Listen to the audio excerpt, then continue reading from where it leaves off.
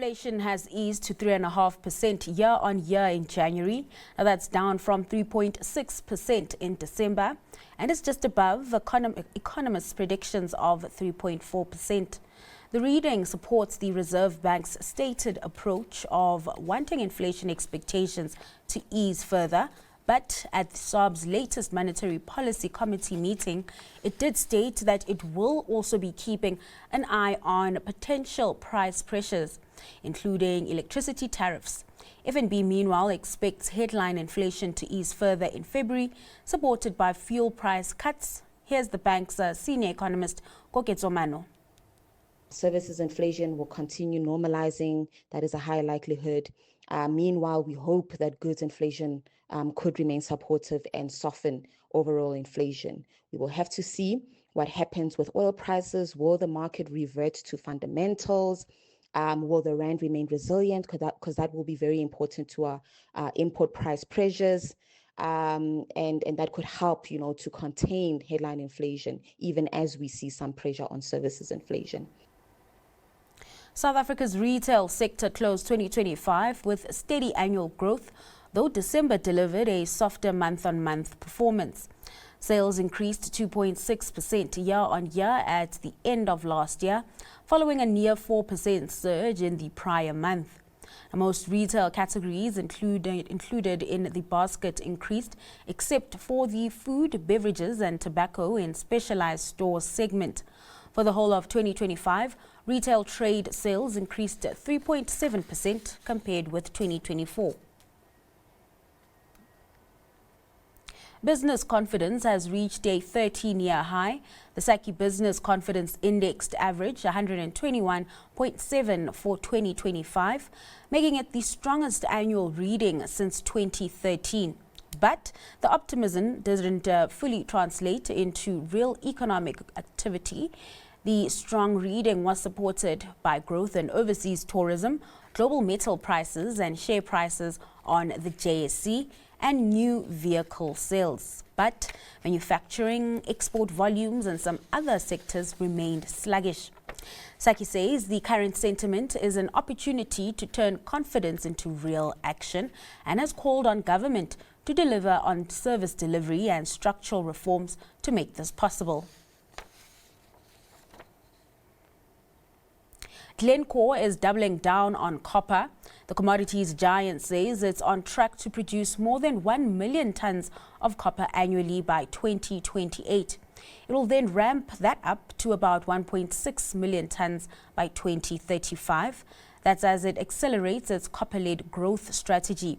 A key part of that growth comes from the firm's Kamato Copper Company, or KCC, in the DRC. Glencore has finalized an agreement with Geka Mines, which is the DRC's state-owned miner, for long-term land access there. This unlocks expanded tailings and waste storage, which maximizes ore recovery and extends KCC's life of mine into the mid-2040s. This deal is expected to support KCC's long-term copper production target of around 300,000 tons per year. The comments come alongside the release of the firm's preliminary results. During the second half, earnings rebounded strongly, with adjusted EBITDA up 49% compared to the first half. This was driven by stronger metals prices and improved copper output. But on a full-year basis, adjusted EBITDA slipped 6%, largely due to lower energy and steel-making coal prices. CEO Gary Nagle says 2025 was a year of significant progress, marked by a strong operational performance, continued portfolio optimization, and clear momentum for the group's copper-led growth strategy. Pan-African Resources has delivered a strong half-year. The miner's profit has more than tripled to a record $148 million. Now that's thanks to higher gold prices and stronger production. Headline earnings per share jumped more than fivefold. The group has slashed net debt by nearly 70% and expects to move into a net cash position by month end. Full-year production guidance has been lifted to as much as 292,000 ounces. The board has declared an interim dividend of 12 cents per share, underscoring its confidence in cash flow and growth. DRD Gold has delivered a stellar half-year. The Sibanye-Stillwater subsidiary has nearly doubled headline earnings per share to 223 cents for the 6 months to December. That's as record bullion prices supercharged profits. Revenue climbed 33% to just over 5 billion rand, while operating profit surged 72%. The glittering performance has resulted in a win for shareholders.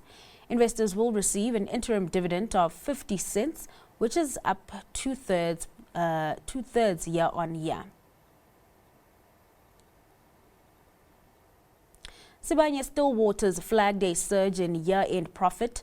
The mining and metals processing group says its headline earnings per share could come in at about 232 cents. That's 3 times higher than the prior period. Sibanye's pointed the impact of higher precious metals prices for 2025, which have continued their upward trajectory this year. It's also cited improved profitability at its SA Gold and Platinum operations. Sibanye set to open its books on Friday. Grindrod is set to deliver bumper full-year results. The JSE-listed logistics group expects headline earnings of up to 1.2 billion rand for the year to December. That's a massive jump from the 300 million rand that was reported a year ago. And this translates into a near 300% surge in headline earnings per share, which are forecast at around 183 cents. The firm has attributed the jump to record volumes at the Matola Terminal and Maputo Port. Grindrod will open its books on the 6th of March. And Merafe's ferrochrome operations are flickering back to life, but the power battle isn't over. The firm's Lion Smelter and Steelport has produced its first tap of ferrochrome after restarting half of its capacity. That follows NERSA's approval of a 12-month interim electricity tariff of 87 cents per kilowatt hour. The Glencore Merafe Chrome venture expects the smelter to return to full production by the end of March. But management has warned that the tariff is still too high for long-term sustainability and that operations need power closer to 62 cents per kilowatt hour to remain viable. Talks with Eskom and government continue as the industry races to secure a lasting solution and protect jobs.